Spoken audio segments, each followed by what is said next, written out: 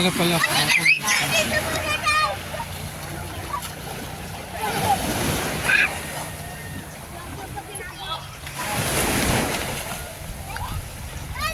Nakakatuwa, merong maliliit na bangka, marami silang huling mga dilis.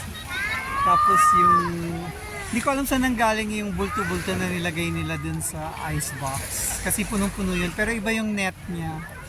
Pero dun sa net na malaki, pinagpipiestahan ng mga bata. Tapos may dala silang sariling container. So, hindi ko alam kung ano yun. Kanila na ba yun? Nagkakagulo yung mga bata. May mga bata pang foreigner nakikiyadampot dun sa net ng mga dilis.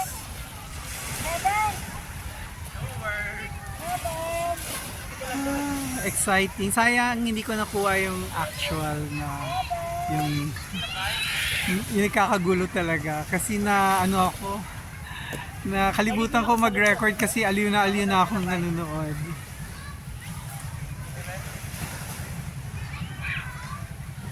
May nagpi-frisbee sa likod ko. Sana yung kalaban niya.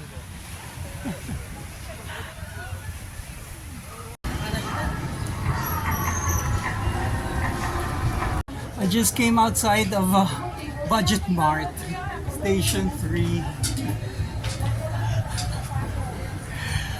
Kasi nagpunta ako sa kung saan-saan na 7-Eleven, to sari-sari store with refrigerators. None of them had butter. I wanted to eat butter. I wanted to put butter on the gardenia bread. So, para may konti tayong fat sa katawan. So, ayan. Kaabot tuloy tayo dito sa main road. Ayan, napabili tayo tuloy ng ilan pa.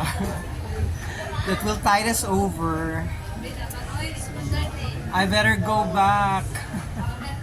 Kanina nakakatuwa kasi naglakad ako. Ay hindi, nakwento ko na pala.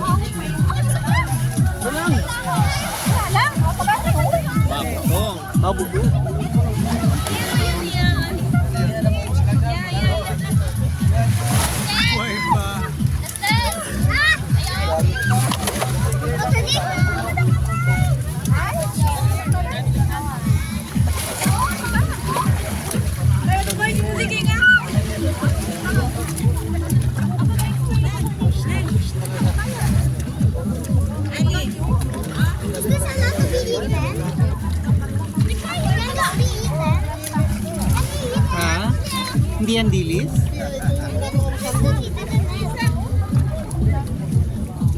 May salmon ba tayo sa Pilipinas? Ito ba ang salmon imported? Ulang ka. Sige, utang lang kay.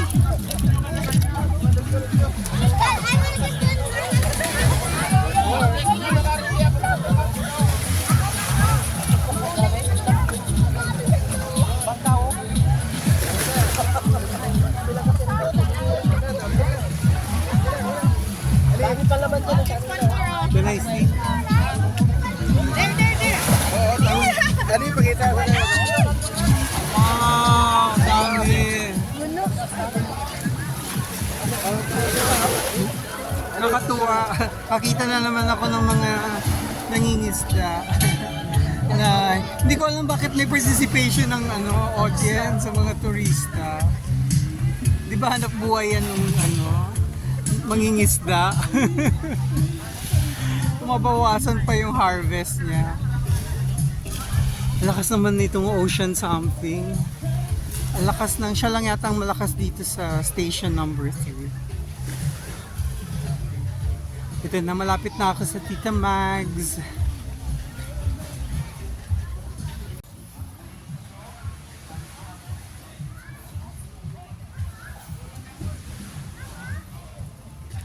Test mic, test mic. Dumadaan tayo sa sa tabi nung fenced in ng, I think it's now a contested property. Yan. Ewan ko kung nakikita. So, nakatuwa itong area na to kasi ang tataba ng mga coconut trees. Tapos parang biglang nawala yung beach walk. Sana ganito lagi, no? Para kang laging naglalakad sa gitna ng coconut plantation. Yan, lalagpasan na natin sila. Di ko alam kung madadaanan natin yung isa pa. Hindi na kasi nakikita ko na si Villa Camila. We're next. Malapit na tayo. Papasok na tayo. Paglabas lang ng Villa Camila, may bar. Then yung kantong yon, that's already our pathway to our hotel. So, that's our hotel area. I've not tried to the bar and restaurant at the corner pathways. At the corner of the pathway where we stay. Ayan. So this is the bar. This is the restaurant. There's the hotel up there. And somewhere there is our hotel. The one at the center, that's not our hotel. That's another resort, Ever Rich. So let's walk. I hope you're enjoying my vlog entries in Boracay. Don't watch na siguro the other vlog entries kasi paulit-ulit lang ako. Ayan. That's our hotel in Angol. We stay at the second floor. That corner unit is our unit. We have a neighbor beside us. I think he's the partner of the owner. He's a Swedish. Hi, Paul.